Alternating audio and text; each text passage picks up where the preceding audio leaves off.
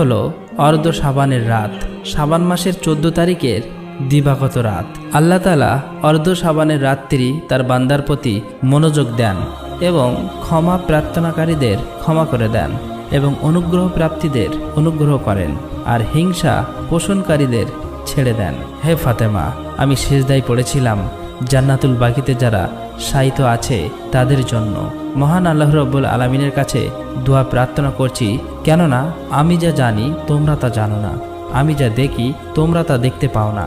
আমি যখন কবরের কাছে এসে দাঁড়াই তখনই কবরে থাকা ব্যক্তিদের সঙ্গে মহান আল্লাহ তাআলা কীরূপ আচরণ করেন তা আমি বুঝতে পারি। তোমরা যেমন দিনের বেলা সব কিছু স্পষ্ট দেখতে পাও, আমি কবরের আযাব ঠিক তেমনি স্পষ্ট দেখতে পাই। হে ফাতেমা, আমি জান্নাতুল বাকিতে এসেছি আমার সাহাবীদের জন্য মহান আল্লাহ রাব্বুল আলামিনের কাছে মাগফিরাত কামনা করতে।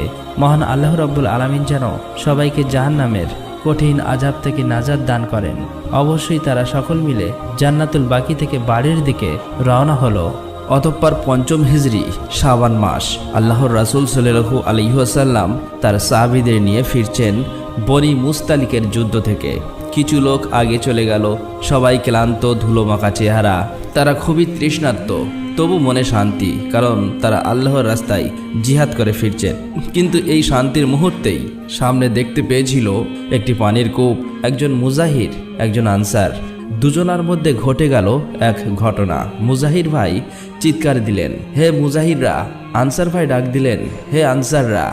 ব্যাস, শুধু এইটুকুই। কিন্তু দূরে বসে এক লোক এইসব দৃশ্য দেখছিল, তার চোখে জ্বলে উঠল এক বিষাক্ত আগুন। সে মনে মনে বলল, এই তো সুযোগ, এবার তাদের মধ্যে হিংসার আগুন ছড়িয়ে দেব। আসলেই সে ছিল মুনাফিকদের সর্দার নামে খ্যাত আব্দুল্লাহ ইবনে উবাই। এ নাম ইতিহাসের কালো অক্ষরে লেখা আছে মুনাফিকদের সর্দার নামে। মুখে বলতো লা ইলাহা ইল্লাল্লাহ, কিন্তু বুকে লুকিয়ে রাখত হিংসার বিষ। সেই সময় রাসূল সাল্লাল্লাহু আলাইহি ওয়াসাল্লাম মদিনায় আসার ঠিক আগে এই লোকটাকে মদিনার রাজা বানানোর প্রস্তুতি চলছিল। তার মুকুট প্রায় তৈরি হয়ে গিয়েছিল, কিন্তু ঠিক সেই মুহূর্তেই এলো ইসলাম, এলেন আল্লাহর রাসূল, আর ভেঙে গেল তার সব স্বপ্ন। সেই থেকে তার হৃদয়ে পুষে রাখা হিংসা, বিদ্বেষ আর ক্ষোভ জ্বলে উঠেছিল। সে বলল, আজ আমি মুসলমানদের ভেঙে দেব। অতঃপর আব্দুল্লাহ ইবনে উবাই তার সাথীদের কাছে গেল এবং কান্না করে বলল, প্রিয় ভাইরা, দেখছো তো এই মুজাহিদরা কীরূপ আচরণ করছে?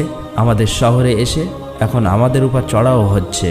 আমরা তাদের আশ্রয় দিয়েছি, খাবার দিয়েছি,